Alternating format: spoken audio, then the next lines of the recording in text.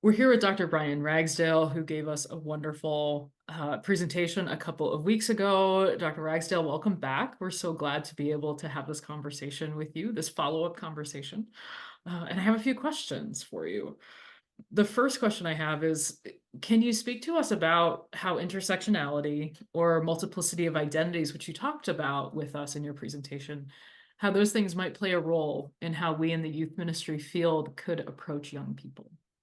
Well, thank you. It's glad to be back again, Reverend Oates. Such great to be here, and welcome to all our viewers and listeners.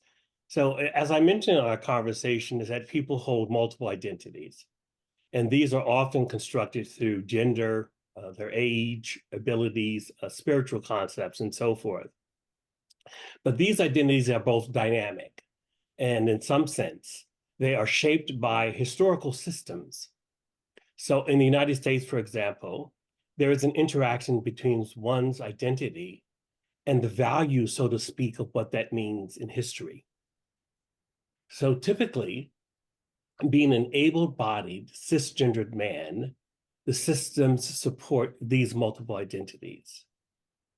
So for example, being born a white, male, cisgendered, the systems then have been designed or thought about to support that development of that cisgendered boy or man.